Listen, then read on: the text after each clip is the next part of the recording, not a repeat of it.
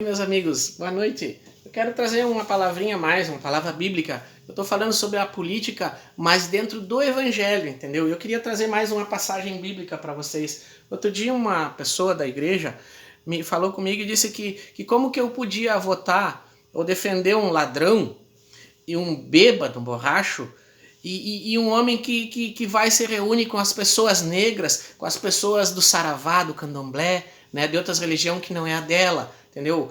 E eu voto nele justamente por isso, entendeu? Justamente por isso. Tá aqui ele reunido, ó. Prejuízo que o povo negro teve acumulado, sabe, em mais de 400 anos de escravidão que passaram, que construíram o nosso país. O povo que mais trabalhou para construir o Brasil foi o povo negro, escravo, explorado, coisas que Deus condena a exploração. que a elite brasileira fez durante a vida inteira. E eu tenho orgulho porque quando eu ouço dizer que nas universidades federais... Olha, o presidente da República ali reunido com as pessoas pobres, como Jesus ensinou, né, e como Jesus viveu isso, ele se reunia com os pobres, com os quebrantados, com os cativos, não é? E eu quero ler então para vocês aqui, não é, uma passagem de Jesus, quando você se enche muito assim, que você é evangélico, que hoje Deus, tu estava na lama um dia, tu estava indo como boi, indo para o matadouro, para o inferno, e um dia Deus teve misericórdia e te resgatou, te ganhou para ele, não é? Te ganhou para ele. Aí ele diz assim, olha, mas acautelai-vos com o fermento dos fariseus, não começa a te achar porque eu te ganhei, porque hoje tu tá no meu caminho, não começa a te achar, porque naquele dia muitos que estão dentro, Jesus dizendo, explicando a palavra, né? Isso está na palavra. Muitos que estão dentro, por começarem a se achar e se encher de orgulho, como Lúcifer lá no céu, que começou a se encher de orgulho, né, e quis tomar o lugar de Deus, né, serão lançados fora. E muitos que estão fora serão trazidos para dentro, você entendeu? Então não pensa porque você hoje conhece o evangelho que você é melhor que os outros, porque Deus pode salvar lá, ele pode decidir salvar uma macumbeira lá, e tu que está na igreja cheia de ti mesmo, tu ir para o inferno, e Deus trazer a macumbeira, o macumbeiro, sei lá como vocês chamam, não é? E trazer para o reino dos céus, entendeu? E eu vou te mostrar isso na palavra, como Deus pode abençoar quem Ele quer. E por isso ele diz, acautelai-vos do fermento dos fariseus. Fermento é arrogância, orgulho, não começa a te achar. Pensa, da onde Deus me tirou, quem sou eu, né, para mim pegar e estar julgando as pessoas dessa forma, não é? Então olha só, eu vou ler para vocês aqui o que aconteceu com Jesus. Olha só o que aconteceu com Jesus e a lição que ele deu aqui. No início do ministério de Jesus, estando na cidade de Nazaré, terra de sua infância, como de costume, foi a sinagoga no sábado. E essa palavra está no livro de Lucas, tá? Capítulo 4, a partir do versículo 16. Ele foi na sinagoga no dia de sábado e se levantou para ler as escrituras. Entregaram-lhe um livro do profeta Isaías. Ele abriu no lugar onde estava escrito: o Espírito do Senhor está sobre mim, porque o Senhor me ungiu para levar as boas notícias de salvação aos pobres que vocês odeiam, mas que o Lula se junta com eles lá, vai lá. Não é que ele simplesmente se junta, ele vai lá levar projetos, porque ele é o candidato a presidente, ele tem que ver o que esse povo precisa. Porque assim como você, evangélico, precisa de um hospital, precisa de uma creche, precisa, sei lá, precisa ter um espaço para te plantar, uma terrinha para ti, tu precisa ter um lugar para te morar, também eles precisam, porque Deus criou o sol para os maus, para os bons, para os pretos, para os brancos, para os índios, não é? Para os ricos, para os pobres, né? A chuva quando chove também não. Ah não, Deus não diz assim, não, vou fazer chover só na casa do rico, do pobre, não. Deus não age assim. Quando amanhecer o dia, vai amanhecer o dia só para os ricos, para os pobres não, entendeu? Não, vai ser só para os evangélicos, para os católicos não. Não, amanhã eu vou fazer o sol amanhecer só para os espíritas, não é? E para os umbandistas, para os evangélicos não. Deus não faz assim, entendeu? Deus não faz acepção de pessoas. E olha só, Jesus diz aqui, ó, porque o Senhor me ungiu para levar as boas notícias de salvação aos pobres. Ele me enviou para consolar os que estão com o coração quebrantado, que estão doentes, que estão desesperançados, que estão de repente no fim da linha, que estão desempregados, que estão passando por necessidades, que estão com doença de repente na família, que não têm um salário digno, não é? Porque a exploração é tão grande, o salário bom é só para a turma, né? É só para a turma de quem está lá, dos amigos do rei, né? Aqui no Brasil. O resto, né, parece que não precisam comer, não precisam se alimentar, não precisam pagar ônibus, não preciso comprar um remédio, não preciso comprar uma roupa. Agora, para os filhos dele, são mansões. Todo mês é uma mansão nova, né? A única um coração quebrantado, anunciar liberdade aos cativos e dar vistas aos cegos, e proclamar o ano aceitável ao Senhor. Então Jesus fechou o livro, devolveu ao assistente e sentou-se. Enquanto todo mundo na sinagoga olhava atentamente para ele, então acrescentou: hoje essas escrituras se cumpriram. Ele era o enviado para anunciar, não é esse evangelho. Todos os que se achavam ali ali falavam bem dele e estavam admirados da sua palavra de graça que saía dos seus lábios. Como pode ser isto? Perguntavam eles. Esse não é o filho de José?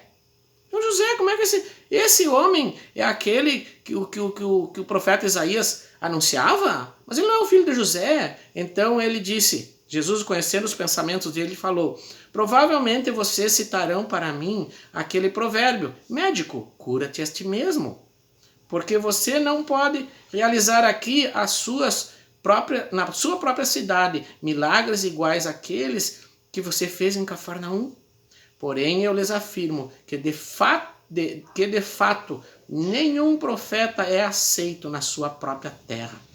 Havia muitas viúvas, aí ele começa a explicar, havia muitas viúvas judias em Israel no tempo de Elias. Sabe Elias? Você já ouviu muito, né?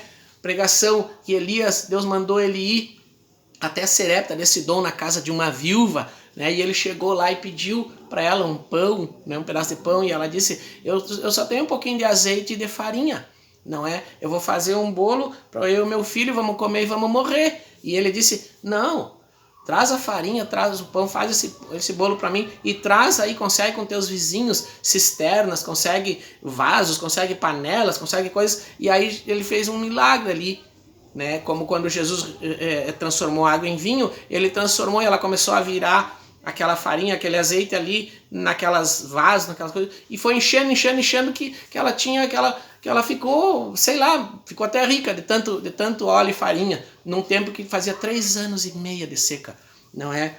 E você lembra dessa passagem, não é?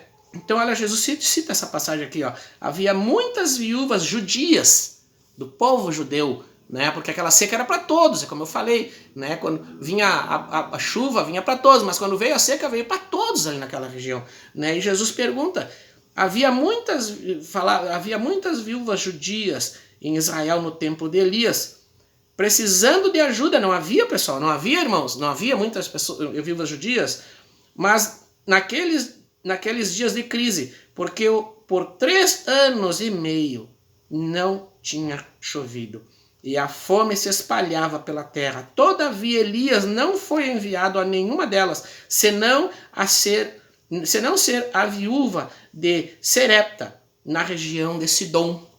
Não foi? Pois é, e quem é essa viúva de Serepta? Quem é essa viúva? Essa viúva era uma feiticeira. Essa viúva era uma feiticeira, era uma daquelas que adorava ali, ó, pesquise na sua Bíblia, pesquise. Ó, ela adorava junto com o povo também do general Naamã, que era um general do povo sírio, eles adoravam ali, ó. Eu coloquei, ó, a deusa Astarte, tá? Rainha da guerra, rainha do céu, ela era rainha da fertilidade, eles realizavam rituais e tal para ela, né, de sacrifícios de crianças, né, e ela também era conhecida como sereia, né, sereia hoje a gente sabe que é Iemanjá, não é? E Deus mandou Elias ir lá, não é, para aquela mulher ajudar ele a fazer comida. Ele ficou um tempo lá, né, e ele abençoou aquela mulher. Ele não abençoou, ele diz ali, nenhuma das viúvas de Israel. Deus mandou lá para ele abençoar uma pessoa que não era da igreja hoje. Vou fazer uma comparação, né? Conjecturando, trazendo para hoje aqui. Aí quem eram as pessoas lá de Sidom? Quem é essa cidade? Quem é o povo dessa cidade hoje? Porque essa cidade existe ainda. Eu quero mostrar para vocês qual cidade é essa. Sidom, em árabe, quer dizer Saidá. terceira maior cidade do Líbano, situa-se a 48 quilômetros da capital, Beirute. Houve em um concerto, Jesus amou esse povo, que a direita odeia. E fica escandalizado porque Lula, seguindo o que Jesus fez e faz, e fazendo a mesma coisa, vai até os povos do candomblé, aos povos negros, aos índios, né? Eles acham que ele não deve, que ele não pode ir porque eles se acham melhor. Você não é melhor. Talvez essas pessoas ainda estejam enganadas lá, não conheçam Jesus porque você não amou eles. Você não foi lá saber se eles precisam. A igreja deveria lá saber se eles precisam de alguma coisa. E isso é o que o Lula está fazendo, porque o Lula não pode governar só para a igreja evangélica. Porque, sabe, assim como você tem dor de barriga, uma pessoa de qualquer outra religião vai ter dor de barriga também. Assim como quando tu chega lá pelo meio-dia tu tá com fome, uma pessoa de outra religião também vai estar com fome. Assim como tu precisa de um lar para te habitar, qualquer outra pessoa precisa, você entendeu? E o presidente, ele não tá aí para dividir a nação, até porque Jesus falou que uma nação, que um povo dividido, ele não subsiste. Ele por si só se destrói. E o diabo está dividindo o Brasil entre direita e esquerda. E nós precisamos de um presidente que ame os evangélicos, que ame os católicos, que ame as pessoas do candomblé, que ame o índio, que ame as pessoas da cidade, que ame as pessoas da campanha, entendeu? Que ame a todos, não é? Não uma pessoa que ame só banqueiro, entendeu? Olha só, este povo hoje é inimigo do povo de Israel, esse povo que existe ainda. Então eu fui estudar, olha só. Esse povo da viúva de Serepta, de Sidom, que atualmente é o Líbano, olha só. Bem, de lá vem o grupo Hezbollah, treinado pelas forças revolucionárias do Irã. Em 2006 aconteceu uma guerra entre Israel e o Líbano, com 700 mortos do lado do Hezbollah e 121 mortos do lado de Israel e 1.400 feridos. Até hoje é um povo inimigo de Israel, mas aprove a Deus abençoar eles. E se aprove a Deus abençoar, como lá no Antigo Testamento, Deus não foi lá e não matou a fome de nenhuma das outras viúvas. Escolheu aquela viúva, daquele povo que era inimigo e que adorava, que era uma feiticeira, que adorava esses deuses que faziam, nessa religião dela, fazia até sacrifício de crianças, entendeu? Olha só, ele diz assim, ó, a não ser a viúva de Serepta, na região de Sidom. Ou pensem no profeta Eliseu, que purificou Naamã, o Ciro, um povo inimigo, arqui-inimigo do povo de Israel até hoje, o povo da Síria. Todavia, nenhum dos seus leprosos, dos leprosos de Israel, foi curado, a não ser um leproso, um general do exército da Síria, que foi lá na cidade, no país de Israel, sequestrou uma menina de uma família, levou para a Síria como escrava, não é? E depois essa menina, vendo que ele, não sei se ele já tinha ou ele adquiriu a lepra depois, ela não ficou dizendo, leproso, tomara que tu morra. Tu viu? Ele sequestrou da família dela lá de Israel, levou esse general, o nome dele é Naamã, leia na Bíblia, leia aí, ó, tá no livro de Lucas, capítulo 4, do versículo 16 até o versículo 29, tá? Leia na sua Bíblia. Aí o que aconteceu? Quando Jesus falou isso para eles, não é? Aprove a Deus, não leram na palavra que aprove a Deus, Deus lá no meio daquela seca, 3 anos e meio, Deus abençoou uma viúva, que era uma idólatra, de um povo que fazia até sacrifício de crianças, não é? Que não adorava a Deus, que era um povo inimigo de Deus, Deus abençoou aquele povo, aquela viúva, e abençoou também o general do exército inimigo de Israel, Naamã, curando ele da lepra. E não tinha leproso entre o povo de Israel naquele tempo? Claro, em muitos, ainda mais no meio de uma seca, mas aprove a Deus curar aquele lá. Deus está dando uma lição assim, e olha só, foi purificado, né? O leproso foi purificado. Essas observações de Jesus provocaram a ira de todos que estavam na sinagoga, todos que estavam na igreja, ficaram irados. Como que Jesus falou isso? Não é que lá, mas é a palavra, Deus fez aquilo, não é? Levantando-se, amotinaram-se contra Jesus. Olha, a igreja se levantou contra Jesus, ó. expulsaram-no da cidade. O povo que era o povo judeu, a igreja ainda não tinha sido, né, fundada, foi fundada logo depois, né, uns anos depois, quando ele escolheu os discípulos e através de Pedro ali, né, ele fundou a igreja. Mas era o povo de Deus, era o povo de Israel, né, se levantou contra Jesus, expulsaram Jesus da cidade porque Jesus confrontou eles com a palavra, não é?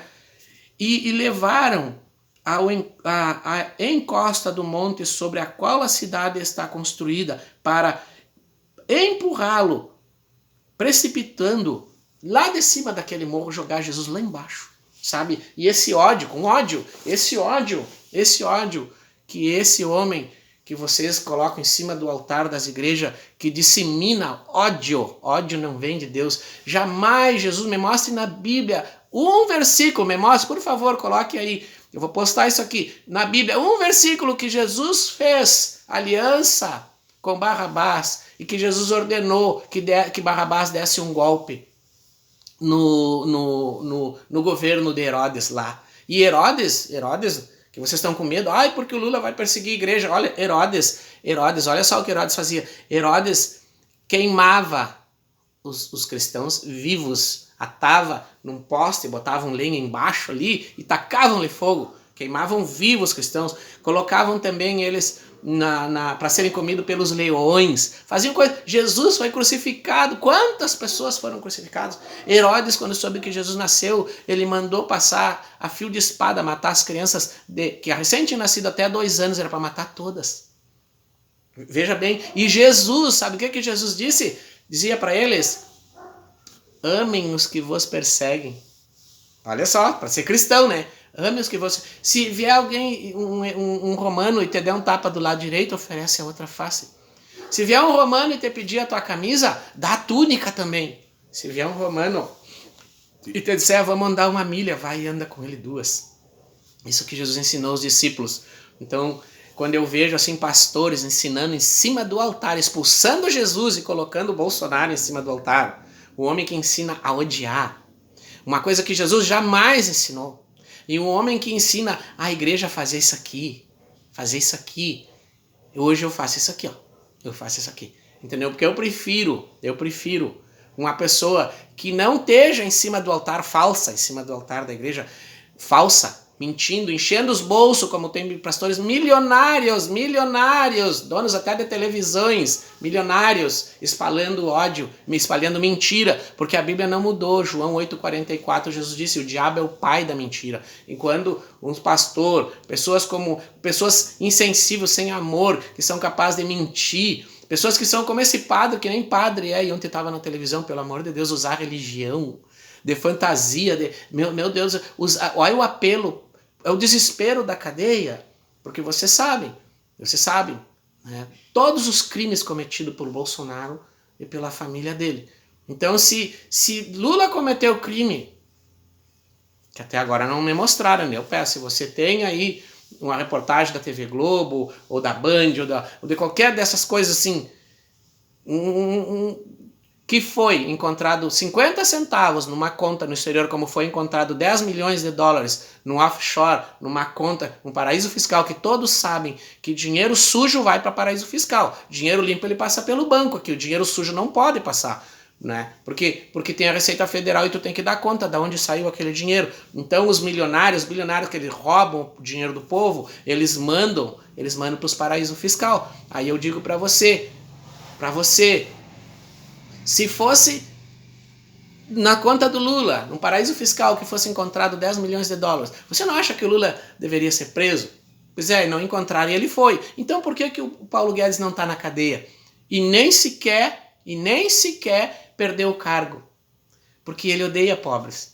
Pois é, e aqueles que estão no governo também odeiam pobres. Então eles vivem para eles. Cada coisa, cada pedaço do Brasil, cada empresa brasileira, cada pedaço de empresa que eles vendem, eles estão ganhando, faturando milhões, não é? Com o que eles estão ganhando, né? Ao vender isso, eles ganham uma comissão. Vocês acham que não? Ai, por favor, não sejam tão ingênuos.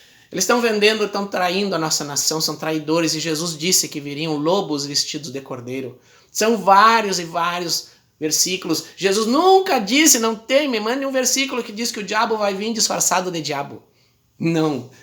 Toda a palavra, vários versículos que eu li, que eu estudei, diz, eles virão falando como sendo dos meus, falando como sendo, dizendo, eu sou de Jesus, né? Vão para cima dos altares da igreja, vão cantar algum hino, vão falar em línguas, dizendo que são de mim, mas são lobos, eles apenas querem fazer negócio de vocês, enganar vocês. Então tá na hora da igreja acordar, pelo amor de Deus, acorde, vejam, estudem o evangelho, vejam o que está acontecendo.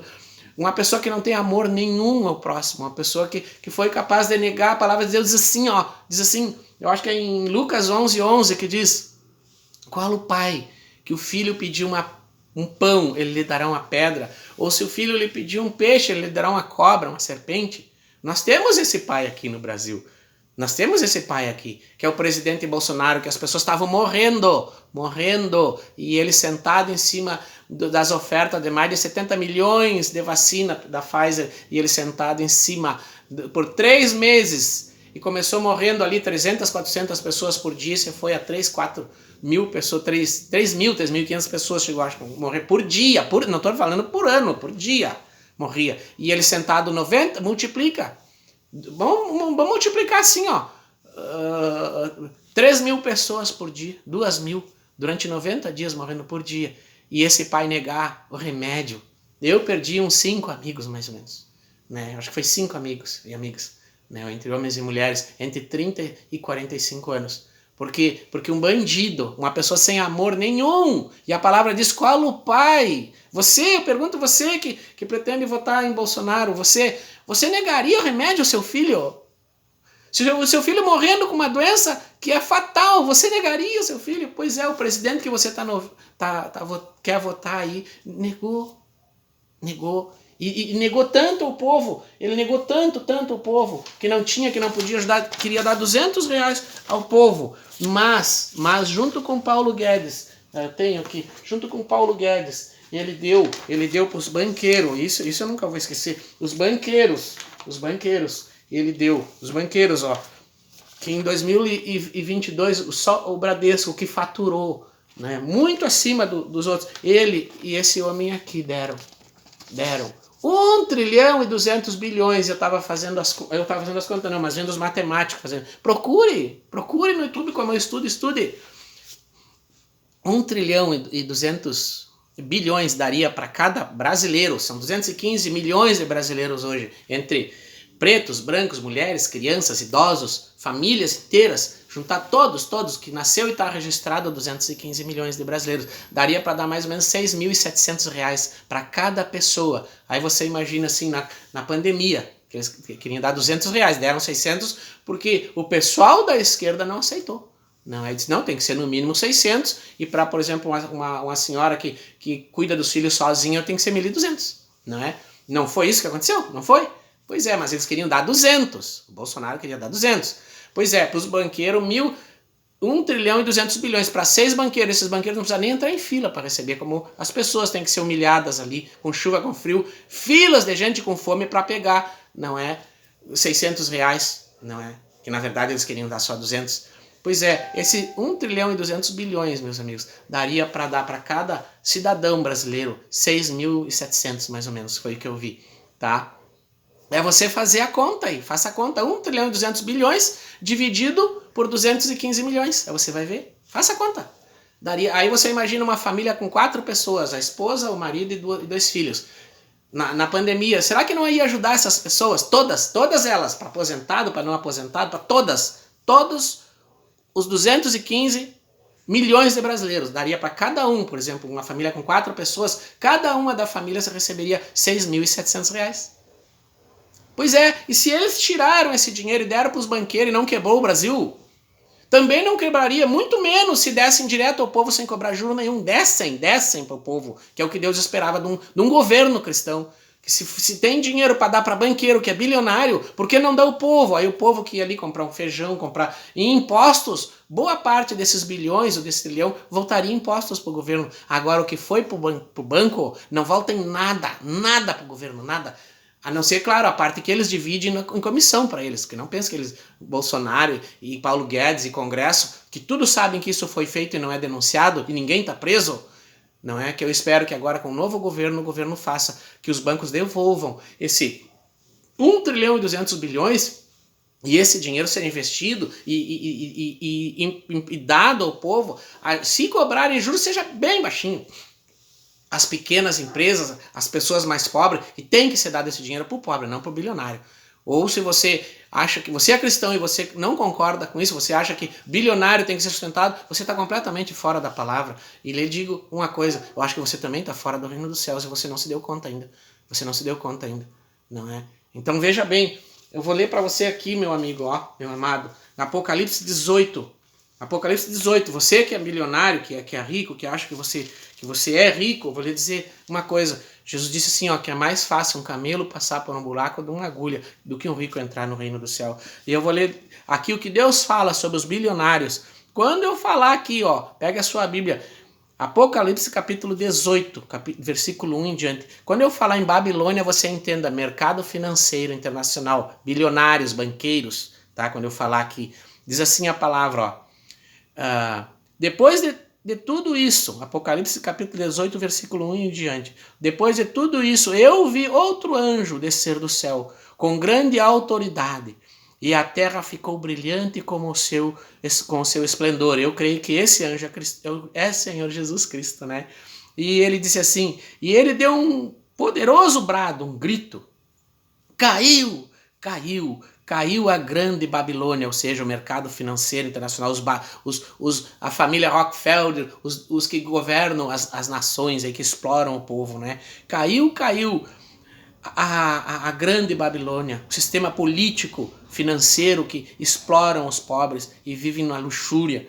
Ele diz assim, ela se tornou um esconderijo de demônios, uma toca de espíritos imundos e de toda espécie de aves e de feras impuras e detestáveis, porque toda a nação, todas as nações, vejam bem, todas as nações são envolvidas com o mercado financeiro internacional. Todos os governos de todas as nações, ó, todas as nações beberam do vinho mortal, da tremenda imoralidade dela, porque isso, roubar dos pobres e viverem eles como rico, dono de toda a terra. No Brasil, 3, 4% da população é dono de praticamente quase 100% da terra brasileira, enquanto as outras pessoas não têm.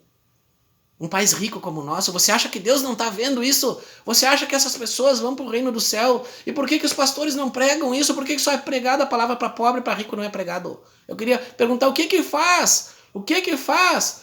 Os evangélicos lá da bancada evangélica no Congresso, qual foi a lei que eles fizeram pelo pobre? Me digam, igreja, qual foi a lei? Me mande aí o número da lei que beneficia o povo pobre. Eu vi um pastor lá, da bancada evangélica gastar 157 mil reais para fazer obturação nos dentes dele.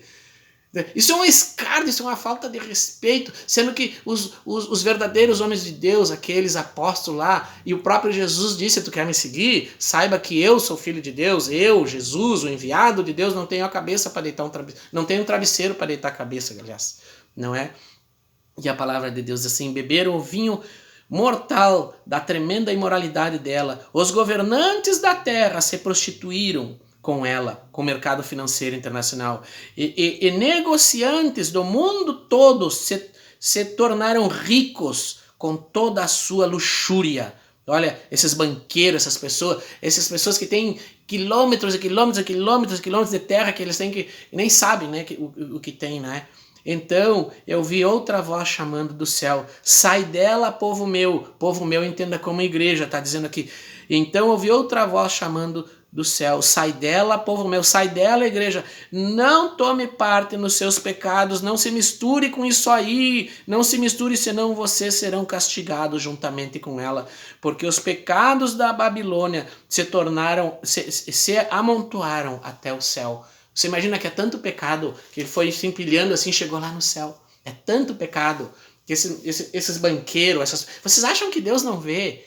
Que enquanto para um cidadão é oferecido uma migalha de R$200 do dinheiro do próprio cidadão, porque está no Banco Central, é imposto do cidadão, porque rico quase não paga imposto no Brasil. Quem paga imposto no Brasil é o pobre, não é? Então, e é dado bilhões para os ricos comprar jatinho, enquanto para o pobre...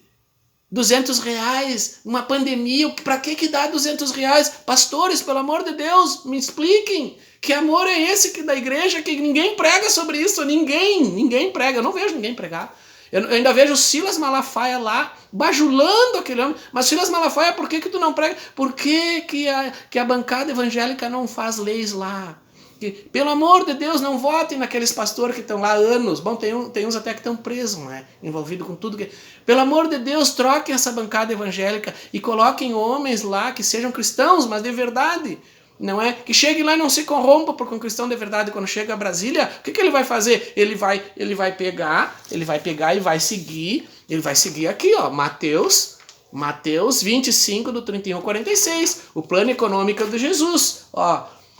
Eu estava com fome e vocês me deram de comer. Eu estava com sede e me deram de beber. Eu era estrangeiro e vocês me ajudaram. Eu estava sem roupa e vocês me vestiram. Sabe, é cuidar dos mais pobres. E qual é o candidato, meus amigos?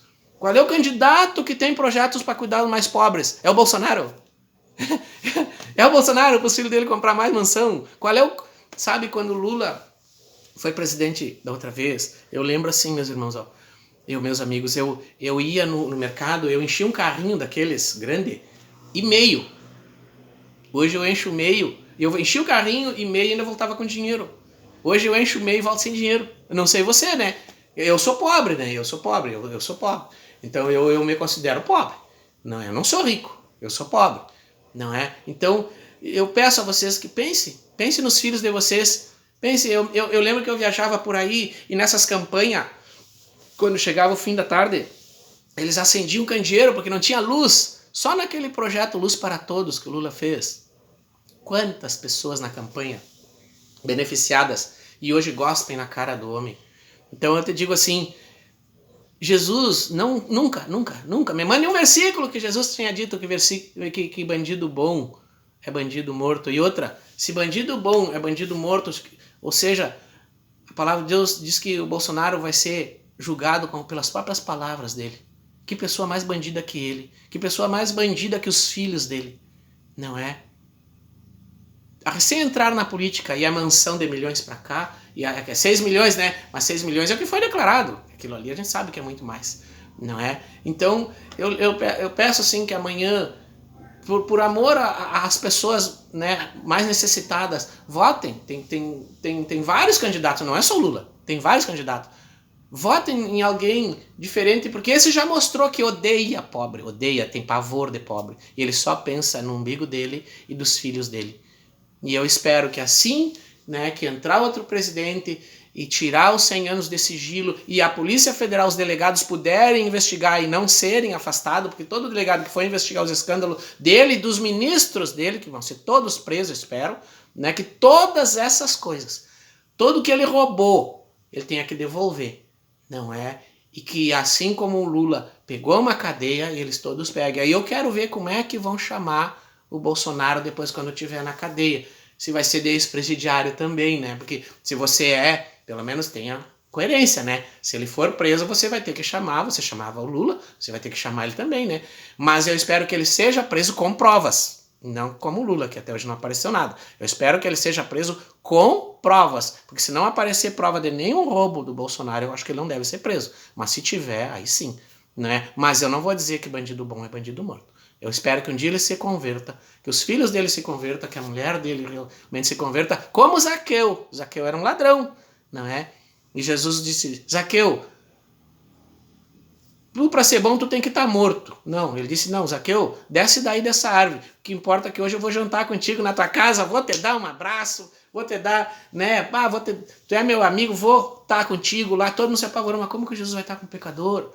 É diferente dessa pessoa, né, dessa pessoa da igreja que me mandou essa mensagem, né? Não, Jesus estava. Aí Aí Zaqueu chegou e disse, Jesus, eu imagino assim, né? Quando Jesus chegou para ele, Jesus sabe que eu roubava, eu passo a perna nas pessoas, eu cobro o imposto do meu povo, do povo de Israel, dos meus irmãos, e eu ainda cobro para muito mais, dou a parte do lado que ele cobrava imposto para os romanos, né? Dou a parte dos romanos e fico com pouco para mim.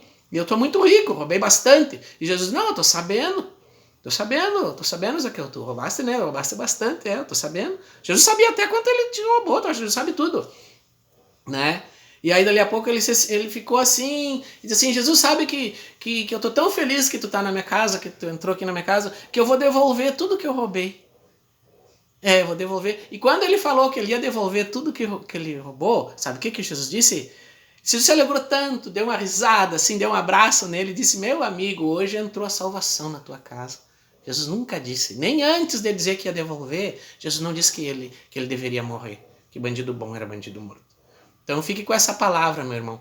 Escute, pense, medite. Qual desses candidatos aí tem e até já foi presidente e trabalhou pelos pobres, né? Trabalhou pelos mais pobres. Pense e vote direitinho, pelo amor de Deus, porque eu botei dinheiro do meu bolso, né? Investi, não é, para eleger Bolsonaro da outra vez e olha o que esse homem fez, né? Um homem que não tem amor para dar um remédio para o povo que está morrendo e tem 1 trilhão e 200 bilhões para dar para 6 banqueiros, Itaú, Bradesco, Santander e mais outros. Por favor, não me diga que esse governo é cristão, por favor. Não envergonhem o evangelho, não envergonhem Jesus, não envergonhem Jesus.